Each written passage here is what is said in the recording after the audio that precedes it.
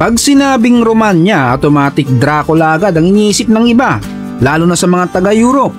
Pero sa kanilang mga baryo, hindi multo ang hahabol sa'yo, kundi manok na nagtitiktok dance habang tumitilaok sa umaga. At imbes na puro kaba, kabayo na mas matibay pa kaysa sa motor mo ang makikita. At dito, parang time machine, kasi magkasama si past at si present sa isang barangay. Ito ang buhay sa Transylvania kung saan ang alamat may kasamang pandesal, keso at sayawan. Tito John's TV. Ang Transylvania ay isang historical region sa gitna ng Romanya, nakapaloob sa Carpathian Mountains. May bundok, pagubatan at patag. Para kang naglalakad sa wallpaper ng computer na may kasamang alamat.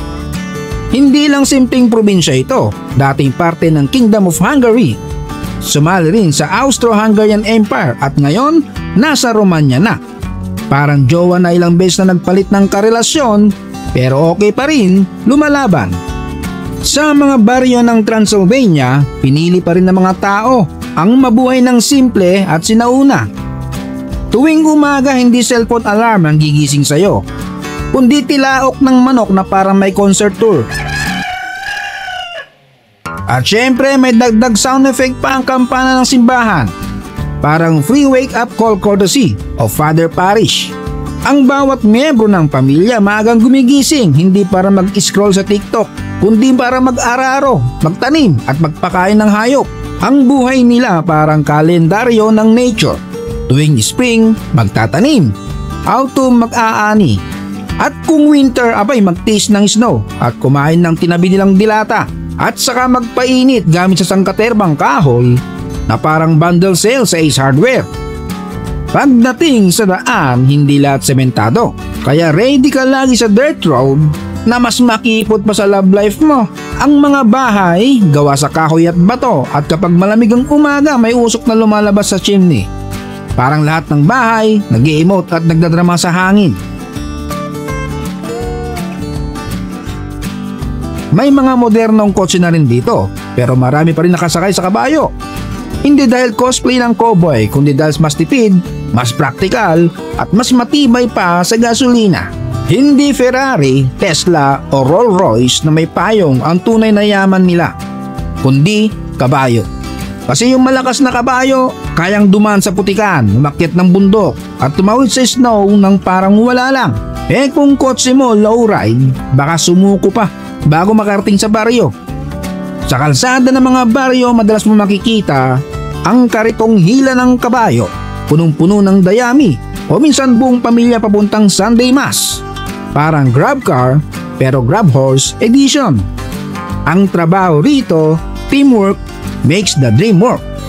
Mga lalaki busy sa bukid, nag-aayos ng bakod, nag-aararo o nagbabantay ng mga tupa. Habang ang mga babae naman walang patid ng galawan.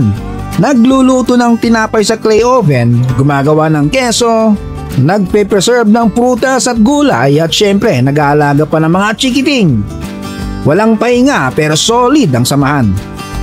At kahit modernong panahon na, maraming bahay dito nakadepende pa rin sa wood stove, mga gamit na handmade at syempre kabayong parang all-around service provider. Agrikultura ang bread and butter ng buhay dito. May trigo, mais, patatas at sunflower fields na parang postcard view. Pero ito ang malupit. Hindi sila nagpa-farm para sa mass production at i-export worldwide. Para sa pamilya muna. Kung may sobra, saka lang ibebenta o ipagpapalit sa kapitbahay. Sa Transylvania, hindi lang kastilyo ang bida, kundi mga hayop din na parang may sariling barangay ID. Tradisyon na mula pa noong unang panahon ng pag-aalaga ng livestock dito.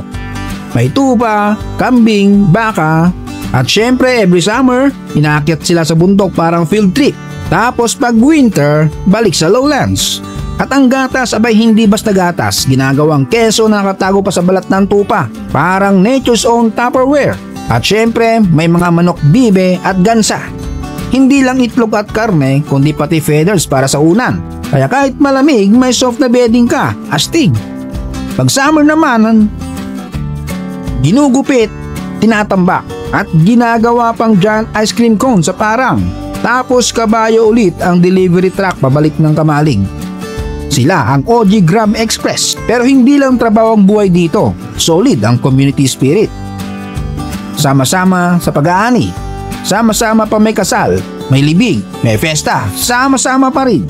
Walang iwanan, walang solo-solo.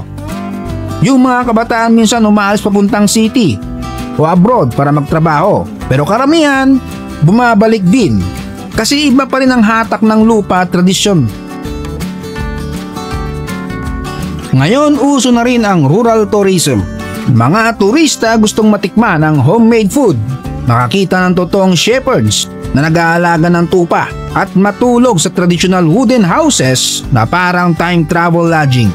Kahit mabilis ang progreso ng modernong mundo, ang mga Transylvania steady lang, balance ng hard work, kalikasan at community bonding.